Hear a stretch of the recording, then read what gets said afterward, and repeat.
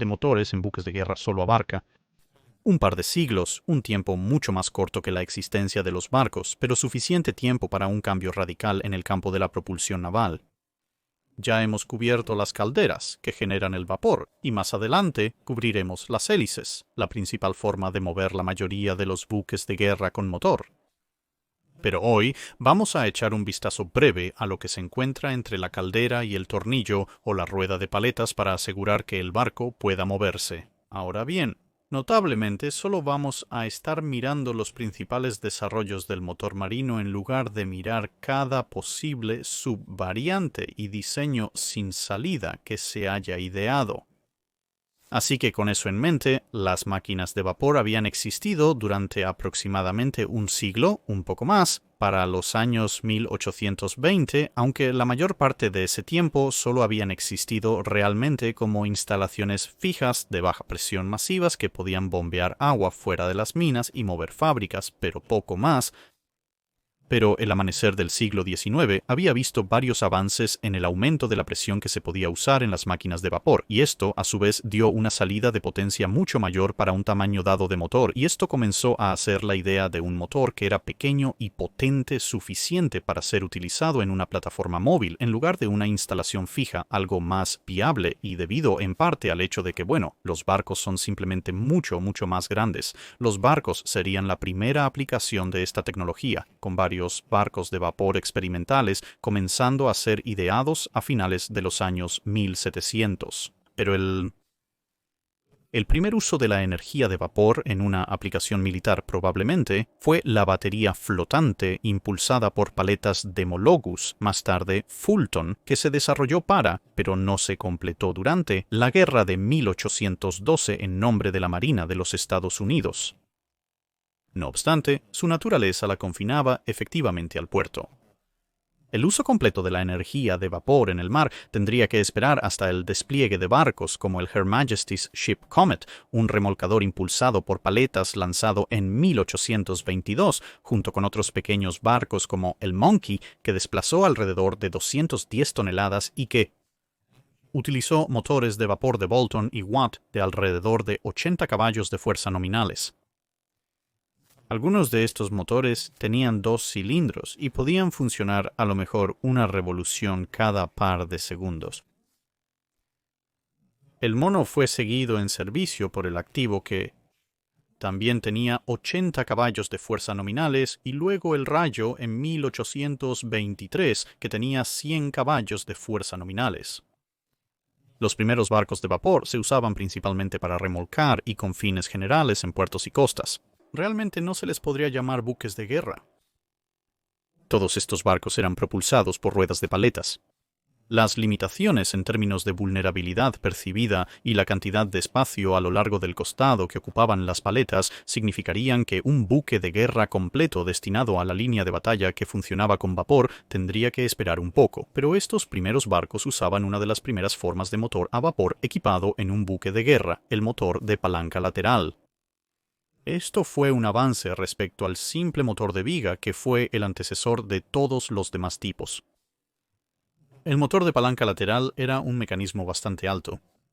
Como con todos los motores de vapor, la presión se acumulaba en el cilindro, lo que luego obligaba a la cabeza del cilindro a subir, y una vez que la cabeza del cilindro llegaba a la parte superior del cilindro, la presión del vapor se liberaba, y en el caso del motor de palanca lateral, el peso resultante y el vacío atraían la cabeza del cilindro hacia abajo nuevamente, donde repetiría el ciclo.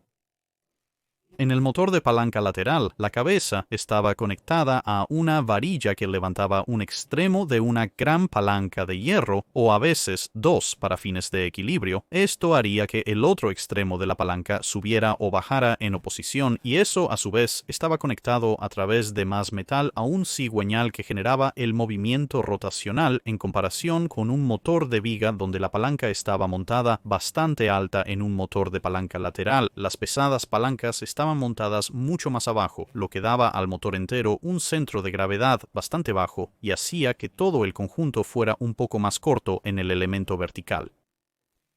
Esto era importante en un buque de guerra tanto por razones de estabilidad como tácticas. Incluso si estaba montado bastante bajo en un barco, un motor alto podría terminar con una parte sustancial de sí mismo por encima de la línea de flotación, y eso a su vez lo hacía muy vulnerable a ser desactivado por la artillería, generalmente acompañado de algún tipo de explosión de vapor desastrosa para acompañarlo.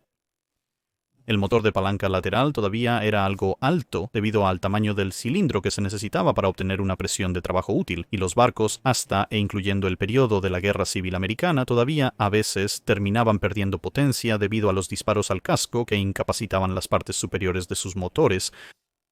Pero el riesgo era algo menor con un motor de palanca lateral que con algunos otros tipos de motores anteriores. Los principales problemas con el motor de palanca lateral eran que solo podía alimentar de forma efectiva a las ruedas de paletas. Eso no fue tanto un problema en los años 1820, pero era algo que iría en contra de su uso continuado a medida que pasaba el tiempo. El otro problema era que las palancas gemelas normales y todas las diversas varillas de conexión lo hacían en general un motor muy pesado para su potencia de salida, y mientras funcionaba a una presión algo mayor que los motores más antiguos, simplemente significaba que los valores de libras por pulgada cuadrada se podían leer como números enteros por encima de la presión atmosférica, y realmente hacían un trabajo útil más allá de crear un vacío que en los motores de vapor más antiguos, especialmente las bombas de minas. En realidad terminaban siendo lo que hacía la mayor parte del trabajo pesado. Entre los primeros años 1820 y 1840 se agregarían 70 buques de vapor adicionales solo a la Marina Real, sin mencionar todas las otras marinas que estaban agregando bastante rápidamente buques de guerra a vapor y buques auxiliares a sus fuerzas. La mayoría estaban equipados con el motor de palanca lateral, y este tendía a trabajar a una presión de vapor de aproximadamente 4 libras por pulgada cuadrada por encima de la presión atmosférica regular. El Radamantus era típico de los barcos de este periodo, aunque se debe señalar que, como muchos barcos de esta época, la potencia nominal era de 220 caballos de fuerza, pero los motores podían trabajar hasta alrededor de 400 caballos de fuerza indicados, casi el doble de lo nominal. La carga en las válvulas de seguridad era, una vez más, alrededor de 4 psi, y el número de revoluciones cuando estaba a pleno rendimiento era de poco menos de 18 RPM. Esto requería maquinaria de alrededor de 275 toneladas, lo cual era una masa bastante considerable para los barcos de guerra de este período, especialmente los pequeños como el Radamantus. Después de la introducción del motor de palanca lateral, se desarrollaron varias variantes tanto del antiguo motor de viga como del propio motor de palanca lateral, a menudo con una adopción regional bastante significativa, local para el desarrollador que lo había inventado, y ocasionalmente verían una adopción significativa en todo el mundo después de un corto periodo, pero la mayoría de estas variantes eran en gran medida desarrollos civiles, y no aparecerían en la construcción de barcos de guerra, excepto en circunstancias extremas como la Guerra Civil Americana, donde los barcos mercantes fueron llevados al servicio militar y convertidos en barcos de guerra, a pesar de que el diseño de su motor puede no ser necesariamente óptimo para un enfrentamiento con armas. La principal razón para la falta de uso en barcos realmente diseñados para el combate era que, similar al motor de viga, la mayoría de estas variantes tenían un peso significativo y llevaban mucho de ese peso en altura. En un barco mercante eso era menos problemático. Gracias a las grandes cantidades de carga que llevaban, tendían a tener un efecto de lastre bastante considerable que mitigaría cualquier problema de estabilidad, mientras que en los barcos de guerra ya llevaban un peso bastante sustancial, mucho más alto que en un barco mercante debido a tener que llevar armas y las tripulaciones de armas asociadas, y cuando tales barcos convertidos terminaban en combate una vez más, estos motores altos a menudo podían demostrar ser algo de una debilidad. Pero la creciente prevalencia de la hélice de tornillo exigía un nuevo tipo de motor. La conversión de barcos más antiguos a barcos de bloque, estos generalmente siendo barcos de la era napoleónica de la línea, típicamente de tercer rango, que habían sido convertidos para llevar un motor de vapor y luego siendo utilizados ya sea como barco de guardia para un puerto o como algún tipo de fuerza de defensa costera independiente del viento, así como planes mucho más ambiciosos para convertir barcos más grandes para llevar plantas de energía auxiliares a vapor, más por supuesto la construcción de barcos más pequeños de nueva construcción vio una amplia gama de sistemas probados. Aunque la locomotora a vapor había sido en realidad un desarrollo un poco más tardío que el buque de guerra a vapor, en algunos casos se utilizaron lo que equivalía a locomotoras a vapor a las que se les habían quitado las ruedas para aplicaciones de menor potencia y plantas auxiliares. Esto no era ideal por varias razones, pero estas plantas de energía al menos podían impulsar una hélice y estaban algo disponibles. Dos barcos en particular destacan en este período de desarrollo, que se extendió aproximadamente desde 1830 hasta 1850. Her Majesty's Ship Rattler, la balandra de tornillo británica que participó en un famoso tira y afloja con un barco de paletas. Her Majesty's Ship Electo y el barco de línea de batalla francés Napoleón, que fue el primer barco de capital propulsado por vapor construido con ese propósito en entrar en servicio. El antiguo barco Rattler utilizó un tipo de motor extraño que realmente no se popularizó en los círculos de los barcos de guerra. El motor siamés, o de doble cilindro, funcionaba con el mismo tipo de principio de sistema de palanca y pivote que los motores de palanca lateral anteriores, pero en lugar de un solo cilindro más grande, utilizaba dos cilindros más cortos para proporcionar la fuerza motriz relevante. Esto permitió que el motor fuera algo más corto en el elemento vertical, y los dos cilindros en que solo se montaba un solo brazo entre los dos cilindros en lugar de los dos brazos más comúnmente encontrados a cada lado de un solo cilindro en un motor de palanca lateral. Era compacto y ligeramente más ligero que el motor antiguo, pero aún así reflejaba la creciente divergencia entre los motores civiles y militares, ya que su principal atractivo era el hecho de que no interfería con las partes inferiores de la cubierta de armas en lugar de cualquier eficiencia de combustible particular. Pero las múltiples etapas de palanca entre el cilindro del motor y el cigüeñal en cualquiera de estos tipos eran algo ineficientes en términos de transmitir energía a los tornillos, y todo ese metal era bastante pesado. Se necesitaba un cambio, y así la tecnología de los motores comenzó a avanzar hacia el tipo de motores de transmisión directa. En los barcos de ruedas de paletas, que todavía se utilizaban como remolcadores, balandras y otros buques que no se consideraban propensos a ver mucho combate y definitivamente no iban a estar en la línea de batalla, uno de los primeros motores de transmisión directa fue el llamado motor oscilante, que se utilizaba casi exclusivamente para impulsar buques de guerra con paletas. En términos simples, el sistema de transmisión directa permitía que los cilindros transmitieran energía directamente al cigüeñal, haciendo que todo el sistema fuera significativamente más ligero y eficiente que los tipos más antiguos, ya que se podían eliminar las vigas y la mayoría de las varillas, y había menos etapas de transferencia de energía en el sistema. Sin embargo, requerían que los propios cilindros pudieran moverse para compensar la rotación del cigüeñal, algo que anteriormente había sido la preocupación de las vigas intermedias. También concentró bastantes aspectos de movimientos separados en un número menor de componentes, lo que generó los ahorros descritos anteriormente, pero también significó que esos componentes fijos individuales eran mucho más complejos y por lo tanto mucho más difíciles de mantener. El requisito de los cilindros móviles fue un punto particularmente problemático con este tipo de motor, ya que también significaba que la alimentación para la línea de vapor tenía que ser bastante flexible.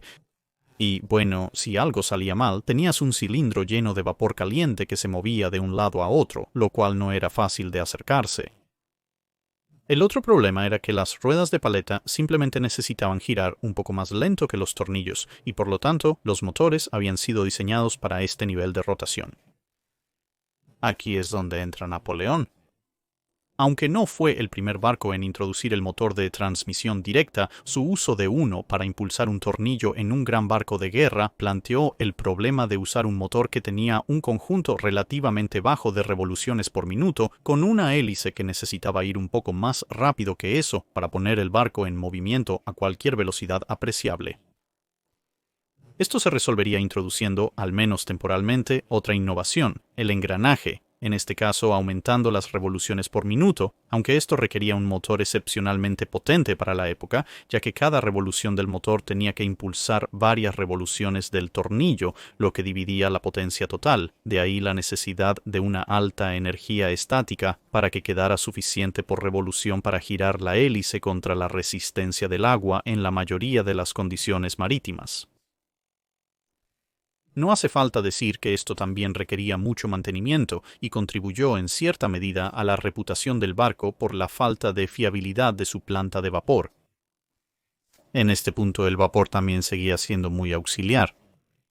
El uso masivamente ineficiente de la potencia de las calderas y sus presiones, al menos según los estándares posteriores, muy bajas, significaba que un barco agotaría cualquier stock razonable de carbón mucho antes de llegar incluso a la mitad de lo que podría ser un barco propulsado por velas, ya que estos dependían principalmente de cuánta comida y agua llevaban, y por lo tanto, todos, excepto los barcos más costeros, seguirían llevando un juego completo de velas y continuarían haciéndolo durante bastante tiempo.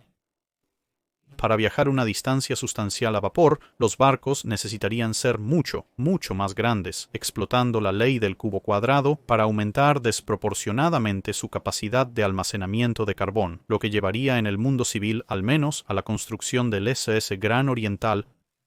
pero dado que costó más del doble que cualquier dos de los barcos de línea a vapor más grandes que puedes encontrar juntos, y eso a pesar de que básicamente no había costos involucrados en armar el Gran Oriental, ya que, ya sabes, realmente no llevaba tanto armamento. Ese tipo de tamaño de barco no era un camino viable para el diseño de barcos de guerra, no importa cuán generoso sea tu presupuesto. En cambio, se desarrollaría el motor de tronco, una de las formas de mejorar la fiabilidad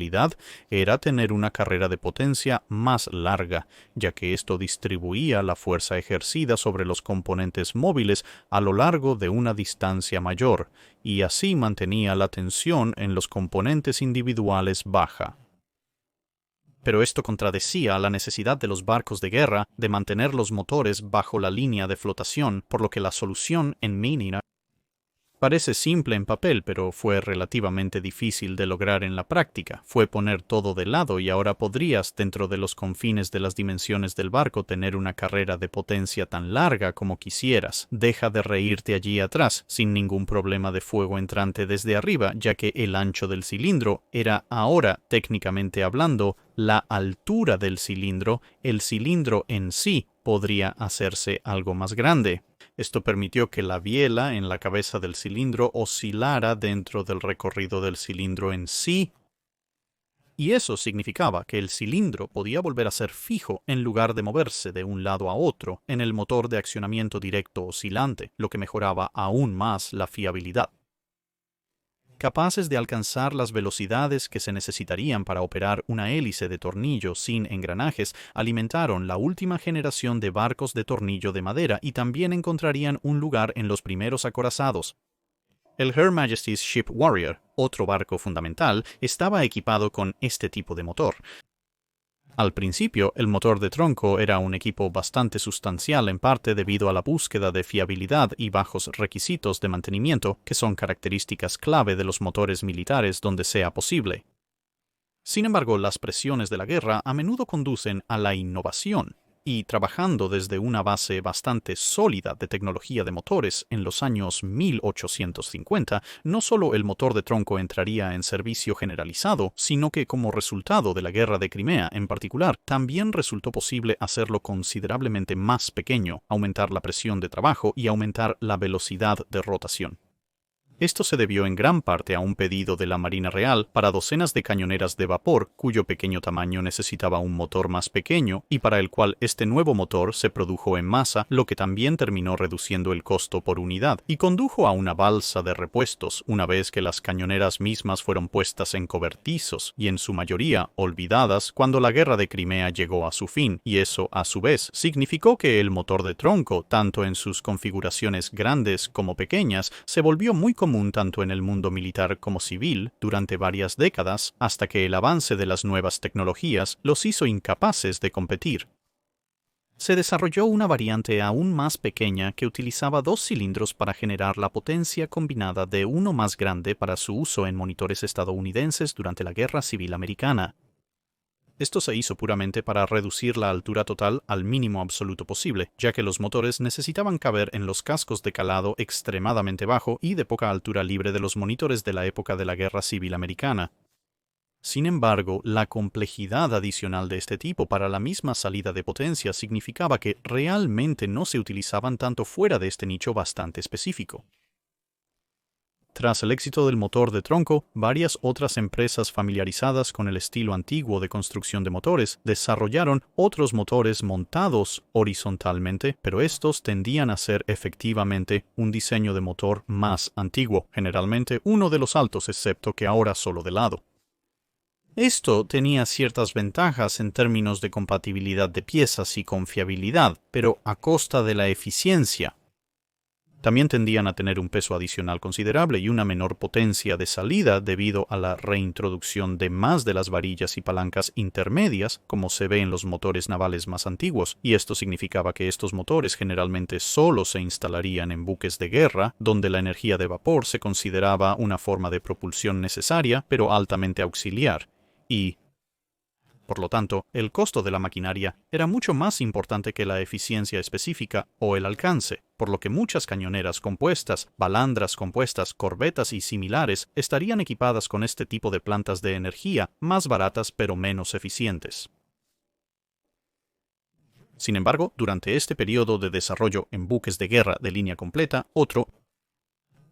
se logró un avance significativo en tecnología de motores.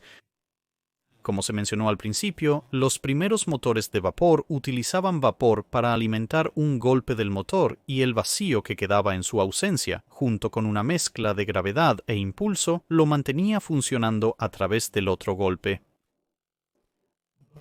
Pero esta también era otra área de ineficiencia, y con el crecimiento del buque de guerra a vapor llegó la invención del motor de vapor de doble efecto, en el que el vapor se alimentaba en ambos extremos del cilindro, alternativamente, dependiendo de dónde estaba la cabeza del cilindro, asegurando potencia tanto en el golpe ascendente como en el descendente, y así aumentando la salida del motor en general.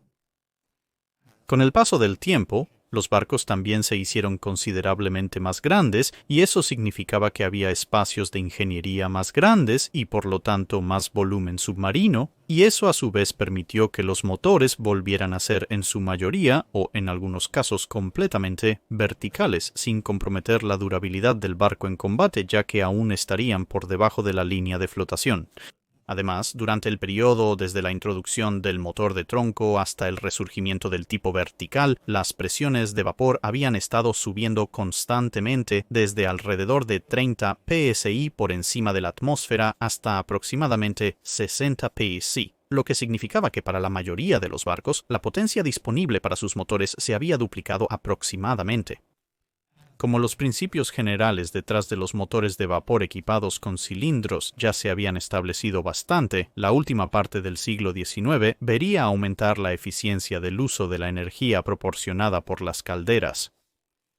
Esto siguió dos líneas de desarrollo conectadas, habilitadas por las propias calderas que se volvían progresivamente más y más capaces, ya que la presión de vapor disponible potencialmente se duplicaría nuevamente a alrededor de 120 libras por pulgada cuadrada para los 1880, y para el cambio de siglo, algunos cruceros estarían funcionando con el doble o más de eso nuevamente, entre 240 y 300 psi. En primer lugar, la adición de múltiples cilindros en motores de plena potencia, en contraposición a múltiples cilindros utilizados puramente por razones de espacio o estabilidad, como en los monitores de Estados Unidos, o en motores oscilantes, entró en vigencia. El segundo fue el uso de múltiples etapas de expansión. Esto fue posible gracias al aumento mencionado de la energía presente en el vapor. Aunque los experimentos con varias ideas habían estado en curso casi tanto tiempo como los buques de guerra habían llevado motores de vapor, la idea era esencialmente que cuando el vapor salía del cilindro al final de la carrera de potencia, lo hacía. Normalmente volvería a través de un condensador y así de vuelta a las calderas, pero aún tenía una cierta cantidad de energía que podría ser utilizada si la energía restante era suficientemente alta para hacer algún tipo de trabajo útil.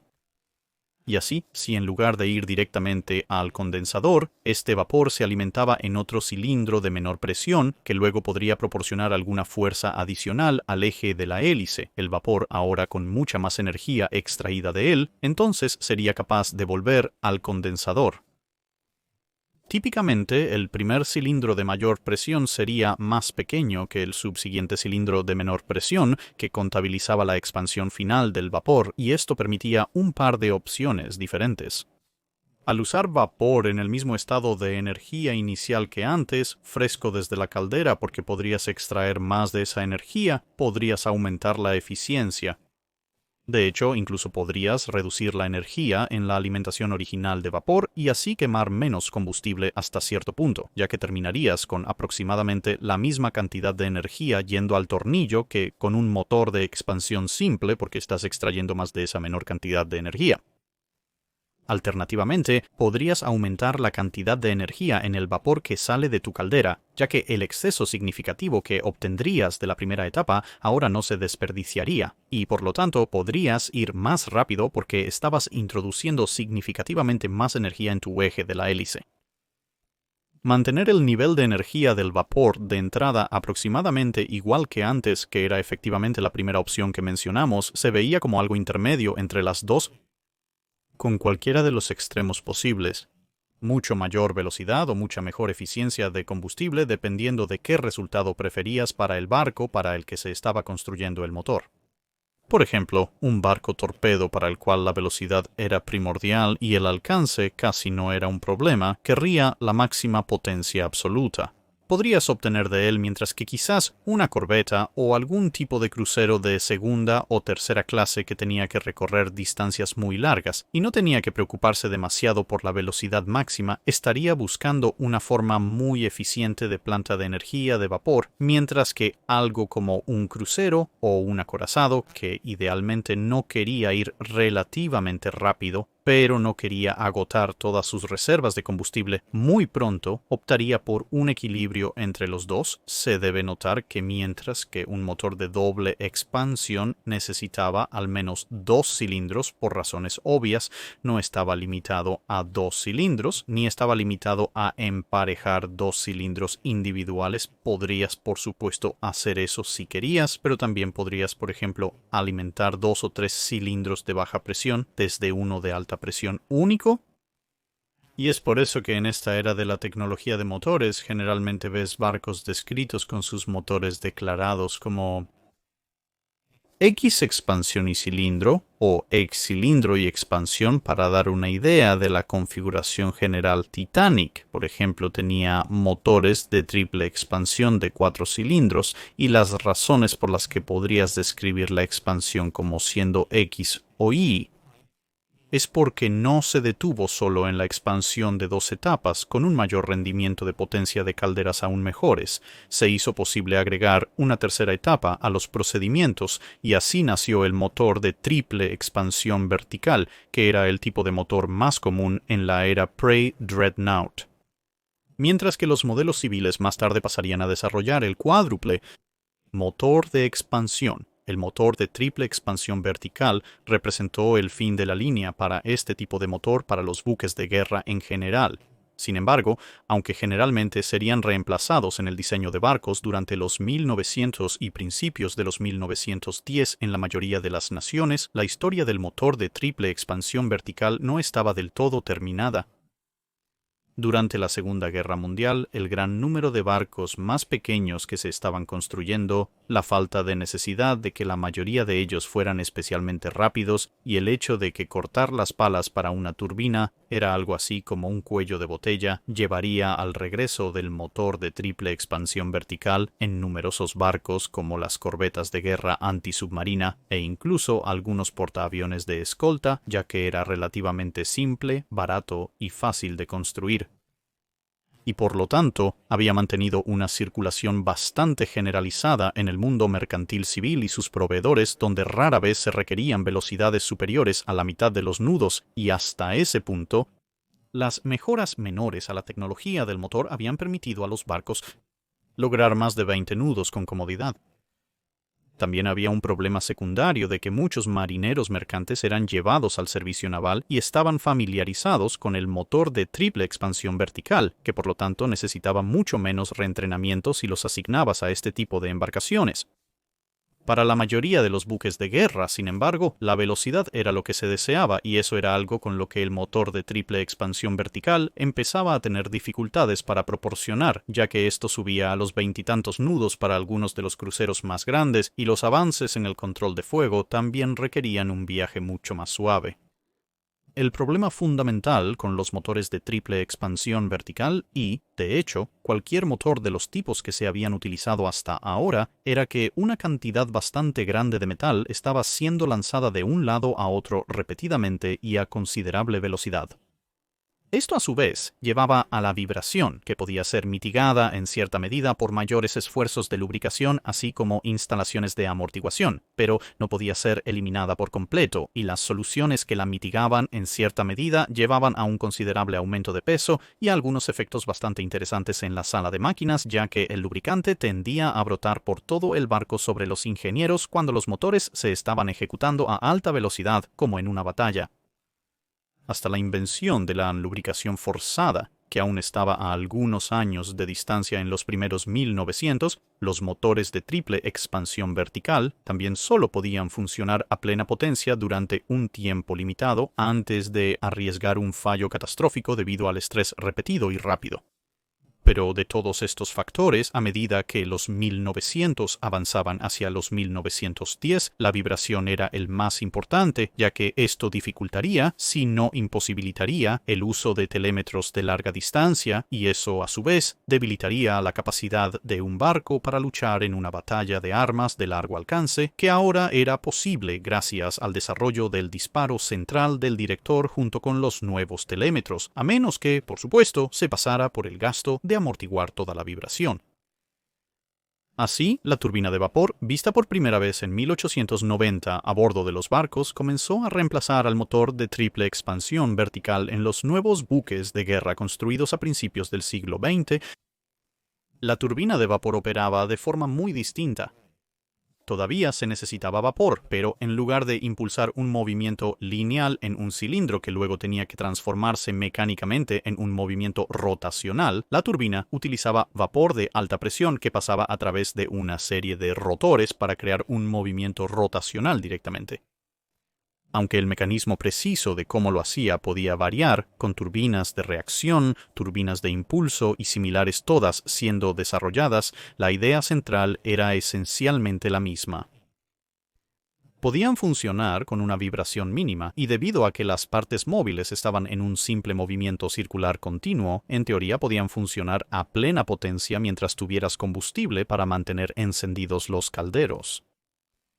Al igual que los cilindros de triple expansión vertical, podrías encadenar turbinas para usar vapor a presiones cada vez más bajas, y como incluso una sola turbina contenía múltiples rotores, incluso podrías variar la potencia de salida de la turbina misma, liberando vapor de la turbina antes de que completara su recorrido completo a través de todos los rotores, o recirculando vapor a la turbina para aumentar el efecto general en los propios rotores.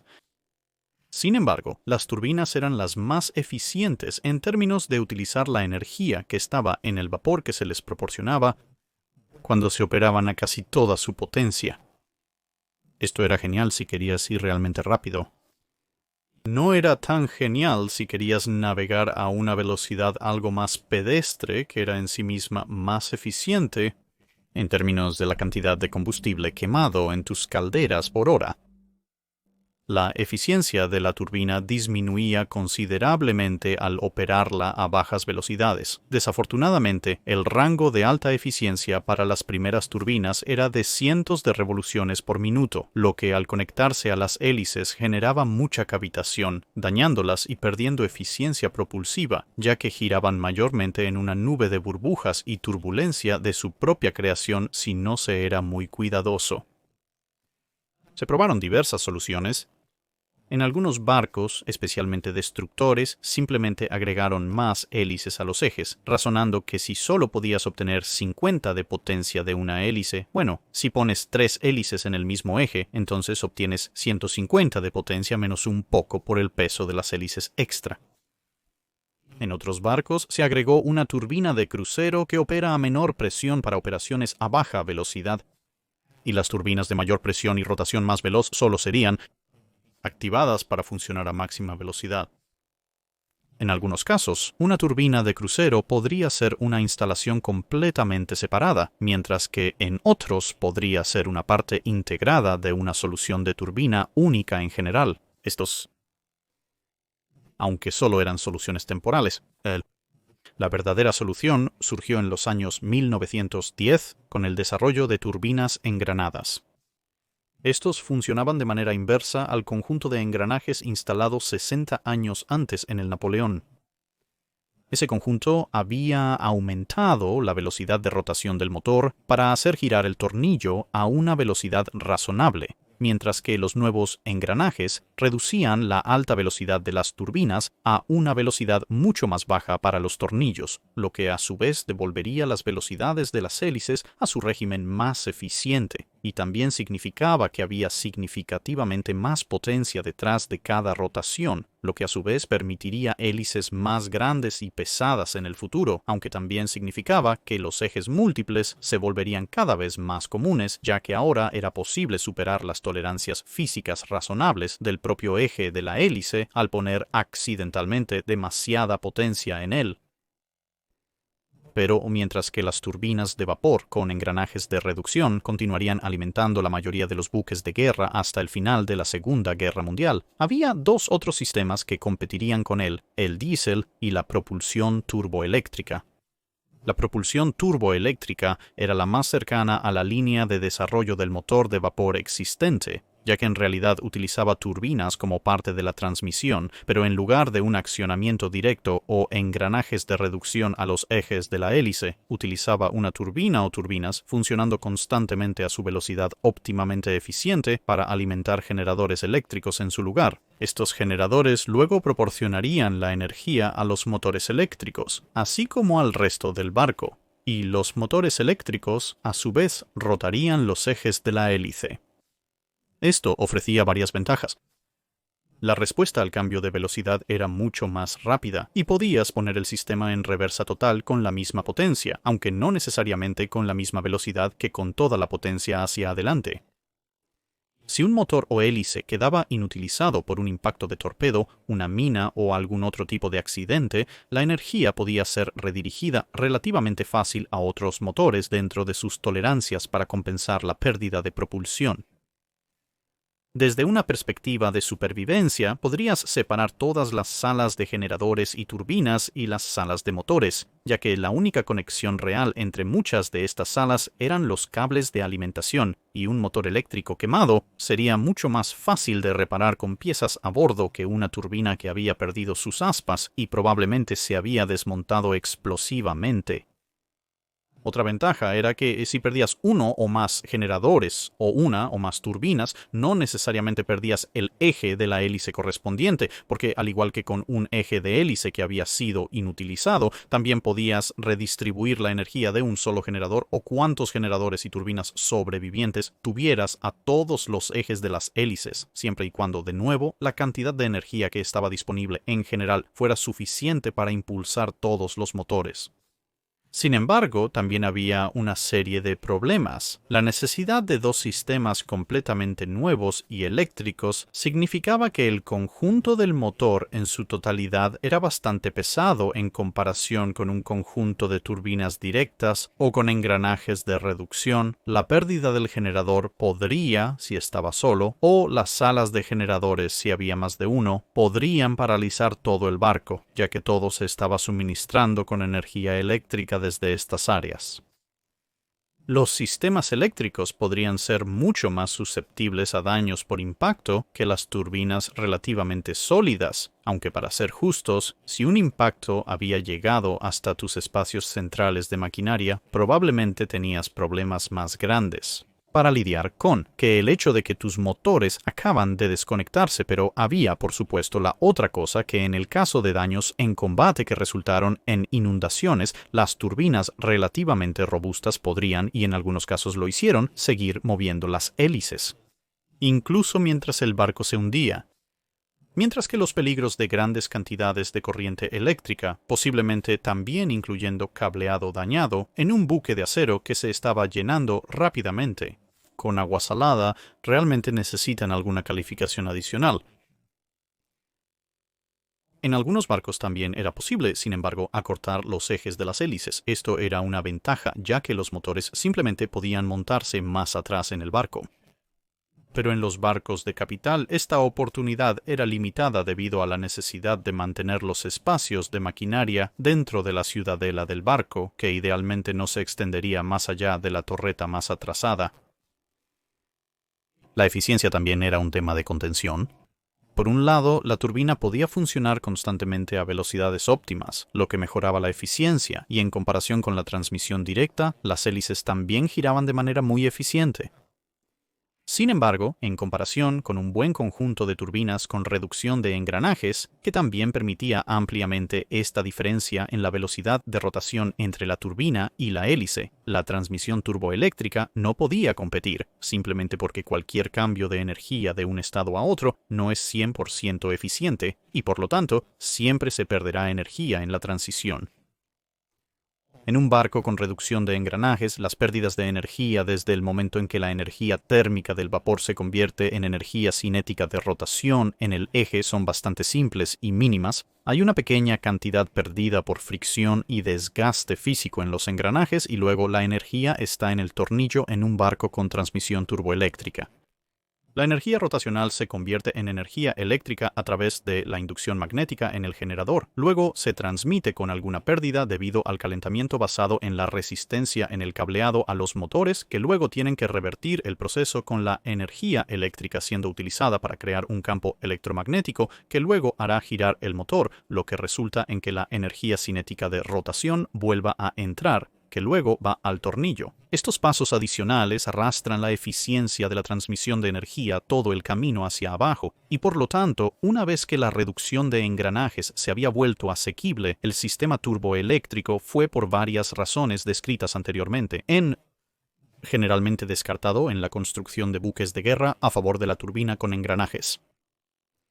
Los diésel eran otro asunto. Estos estaban completamente separados de la producción de vapor. En cambio, eran una innovación mucho más reciente, el motor de combustión interna que hacía el trabajo de caldera, turbina y en algunos casos incluso engranaje, todo en un paquete ordenado. Su tamaño relativamente compacto y el hecho de que simplemente se podían apagar y volver a encender en un tiempo bastante corto, además del hecho de que el diésel era mucho más difícil de incendiar o hacer explotar en comparación con la gasolina, significaba que rápidamente se convertirían en la planta de energía preferida para los submarinos cuando estos operaban en la superficie. Pero cuando se trataba de competir con las turbinas en grandes buques de guerra de superficie, eran algo más difíciles de mantener, y al menos cuando funcionaban con diésel costaban aproximadamente lo mismo que operar. Más tarde se descubrió que un motor diésel podía funcionar con un combustible similar al que se usa en las calderas de vapor, lo que redujo el costo general de operación. Sus principales ventajas eran el arranque casi instantáneo en comparación con las horas que tomaría construir presión de vapor desde una caldera calentada y el hecho de que simplemente quemaban menos combustible, por lo que podías recorrer mucho más con una planta de energía diésel que con una de vapor, suponiendo que tuvieras el mismo tamaño de tanque de combustible. Pero el problema más crítico para la mayoría de los buques de guerra era la densidad de potencia. Para un volumen dado de maquinaria, las turbinas de vapor simplemente daban más potencia que los diésel del período de 1900 a 1950. Ahora, por supuesto, podrías tener una planta diésel más grande y pesada para compensar esto, pero esto a su vez reduciría el desplazamiento disponible para suministros, armas, armaduras y similares, todos los cuales eran bastante importantes en los buques de guerra. Y así, en los buques de guerra de superficie, la planta diésel no se veía muy a menudo antes del final de la Segunda Guerra Mundial, excepto en casos donde se consideraba que el alcance puro era lo suficientemente importante como para que la caída de velocidad no se viera como un problema demasiado masivo. Ocasionalmente, esto tomaría la forma de un diésel de crucero, pero los cálculos que se hicieron en el diseño del Panzerschiff de la clase Deutschland, por ejemplo, tomaron la decisión de que una potencia totalmente diésel era preferible simplemente por esa ventaja de alcance, razonando que a 28 nudos no habría ningún buque capital, al menos en los enemigos que, en ese momento, la Reichsmarine pensaba en combatir que realmente pudiera alcanzarlos. Resultó ser posiblemente no la decisión más sabia. en retrospectiva, pero puedes disculparlos dado el momento en que se estaba diseñando la clase Deutschland. Y eso completa nuestra breve mirada a los diversos tipos de motores marinos que participaron en la propulsión de buques de guerra desde el inicio del buque de guerra propulsado hasta el final del período que cubre el canal, justo después de la Segunda Guerra Mundial. Por supuesto, continuarían habiendo más avances, energía nuclear, turbinas de gas y propulsión diésel eléctrica, en barcos, propulsión de turbinas, diésel, en barcos y todo tipo de otras cosas maravillosas y divertidas, pero eso es para un canal que cubre la última parte del siglo XX. Y más allá, por supuesto, probablemente estarás preguntando, ahora que hemos cubierto las calderas y luego los motores. Bueno, lo siguiente lógico a cubrir son las hélices que toman la salida de estos dos mecanismos y realmente empujan el barco a través del agua y estarías perfectamente correcto. Así que en algún momento, en los próximos meses, cubriremos el desarrollo de la hélice del barco. Eso es todo para este video. Gracias por ver. Si tienes un comentario o sugerencia para revisar un barco, déjanos saber en los comentarios abajo. No olvides comentar en la publicación fijada para preguntas de dique seco.